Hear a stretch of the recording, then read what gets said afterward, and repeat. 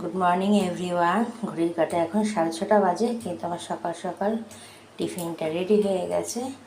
আর এটাই হচ্ছে সকালের আজকে জলখাবার। তাই এটাই অনেক অনেক শুভেচ্ছা আমার সকল বন্ধুদেরকে। কে কে চাউমিন খাবে চলে এসো। সকাল সকাল রেডি হয়ে গেছে ব্রেকফাস্ট, আর তার সাথে রেডি হয়ে গেছে যে সকালের চা আর মেরি বিস্কুট। সকালের চায়ের সাথে মেরি বিস্কুট, এটাই হচ্ছে আমাদের একদম সকালের জাতীয় খাবার। জলের বোতল নিয়েছিলে? হ্যাঁ, জলের বোতল নিয়েছিলে? হুম।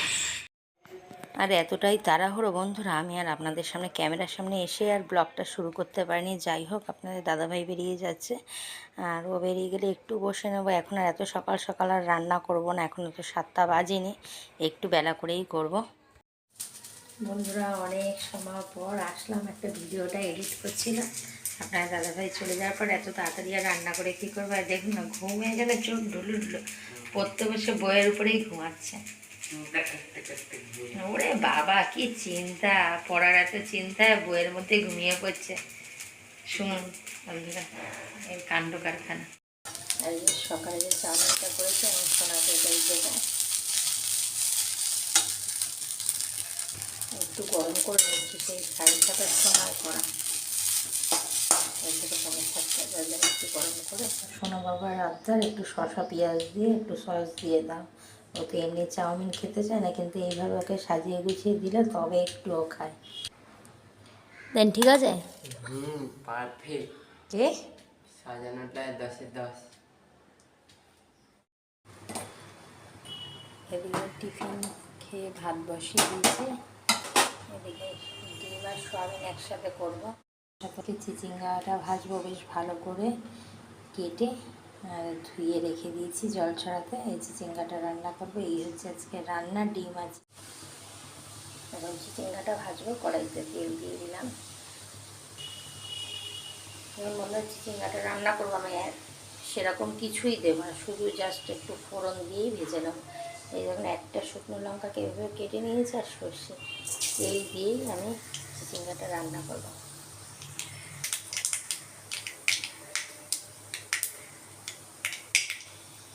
এখন জল ঝরানো চিচিঙ্গা।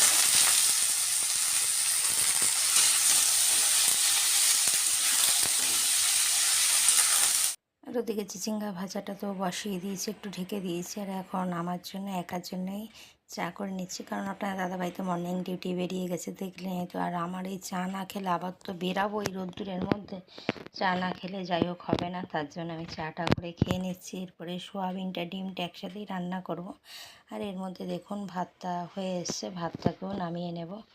আর এদিকে চিচিঙ্গাটা একটু ঢাকা দিয়েছিলাম, নেড়ে চেড়ে নেব। আর বন্ধুরা, এই যে চাটা করে নিয়েছি, আর দেখুন চায়ের মধ্যে না একটু মুড়ি দিয়ে খেতে বেশ ভালো লাগে। শুধু চাও ভালোও লাগে না খেতে, একটু মুড়ি একটু বিস্কুট নাহলে। ওদিকে তো চিচিঙ্গাটা হচ্ছে, আর একটু যে মুড়ি ভিজিয়ে আমি চামচ দিয়ে খেয়ে নিচ্ছিলাম। আর তারও একটা কারণ আছে, আমি কিন্তু এখন এই অপারেশনের পর দিয়ে একবারে আমি কিছুতেই 2-4 গাল খেলেই আমি আর খেতে পারি না। যাই হোক, একটু 2-3 চামচ একটু চাউমিন খেয়েছি, তারপর আর ভালো লাগছিল না, তার জন্য আর খাওয়া হয়নি। আর এখন একটু মনে হচ্ছে খিদা পেয়েছে, তার জন্যই এখন একটু মুড়ি দিয়ে চা দিয়ে খাচ্ছি। ভাতও সেম, ভাত খাওয়ার ক্ষেত্রে আমার এরকমই হয়। হয়তো 1 কাপ ভাত হয়তো আমি ঠিকঠাকভাবে খেলাম দুপুরে, আবার ইচ্ছাও করে না অনেক সময়। আর যদিও বা কোনো সময় একটু বেশি যদি খাওয়া হয়েছে, তাহলে আমার শরীর অস্বস্তি হয়, গ্যাস হয়ে যায়, ভালোও লাগে না। তখন আর পরে আর খেতেই আর খেতেই পারি না। ওই জন্য কী করি, অল্প অল্প করে বারে বারে হলেও খাই। এই জন্য হয়তো আমাকে কথাও শুনতে হয়, সারাদিনের মধ্যে 3-4 বার খাই। আর কি আর বলবো, না পারলে তো কিছু করার নেই, যে একবারে খেতেও পারি না, ওর জন্যই হয়তো খেতে হয় আমাকে। আর দেখুন বন্ধুরা, পুরো চিচিঙ্গাটা রেডি। নামানোর সময় একটু মিষ্টি দিয়েছিলাম, এখন এটা নামিয়ে নিচ্ছি। আর এরপরে সোয়াবিন দিয়ে ডিম দিয়ে একসাথে রান্নাটা করে নেবো, করে বাসন মাজবো, সমস্ত কাজ আছে। তারপর সোনা আর আমি খেয়ে দিয়ে মোটামুটি 1টার মধ্যে বেরানোর চেষ্টাটাও করবো। আর এদিকে দেখুন ঝোলটা ফুটে গেছে, সোয়াবিন আলু দিয়ে কী রোজ রোজ রান্না দেখাবো, একদম সুন্দরভাবে কষে গেছে। এর মধ্যে এবার ডিমটা দিয়ে একটু গরম মশলা দিয়েই আমি নামিয়ে নেবো, তাহলে আমার রান্না কমপ্লিট। তারপরে তো একে একে বাসন মাজবো, বেরিয়েই যাবো তারপরে।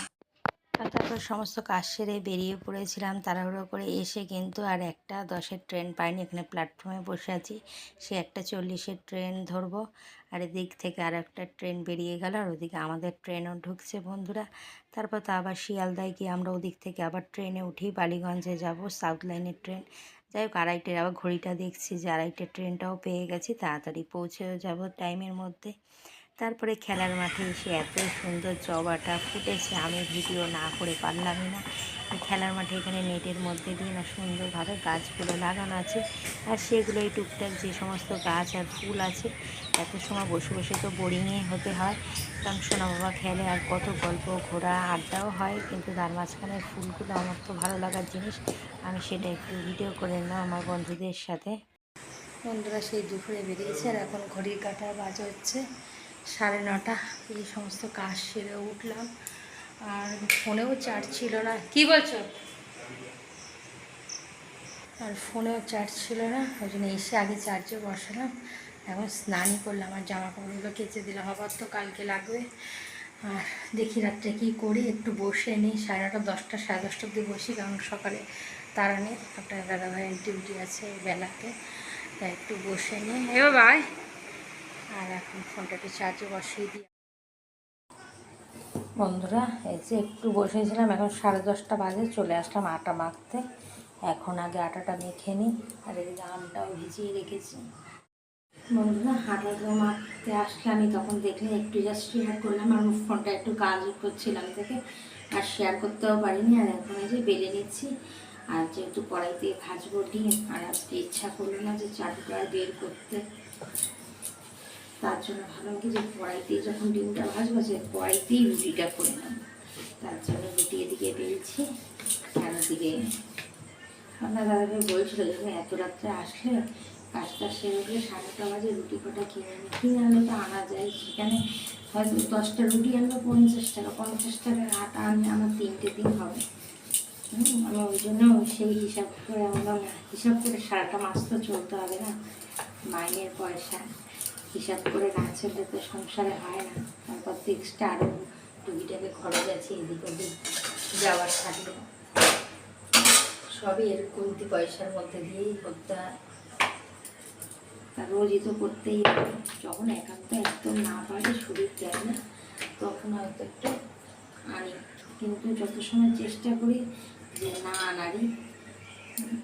যতই বলুক আপনার সেদিনকারও মানে কি বলবো, সেদিন তো ভিডিও আমি করিনি, আর সেই ভিডিওটা আছে, আমি আপনাদের সাথে শেয়ার করবো, কারণ সারাদিন কোনো ভিডিও করিনি, জাস্ট ওইটুকুই ভিডিওটা করেছিলাম।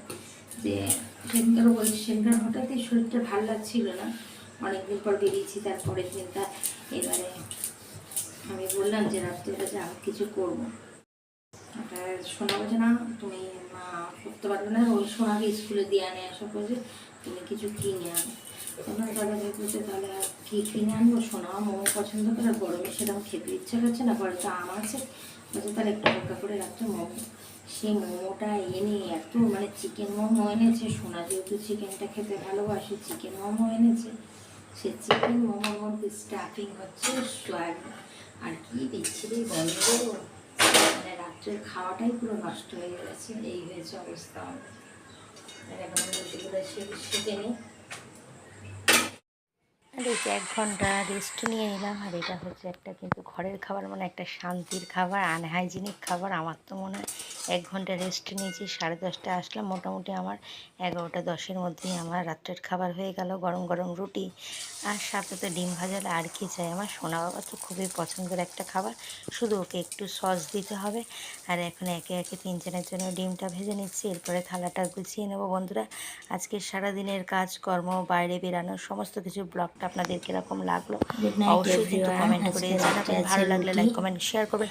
ধৈর্য ধরে এত সময় ভিডিওটি ওয়াচ করবার জন্য আমার সকল বন্ধুদেরকে অসংখ্য ধন্যবাদ। ভালো থাকবেন, সুস্থ থাকবেন। Thanks for watching. আর শুভরাত্রি বন্ধুরা, আমার সকল বন্ধুদেরকে রাতের শুভেচ্ছা। একদম সিম্পল একটি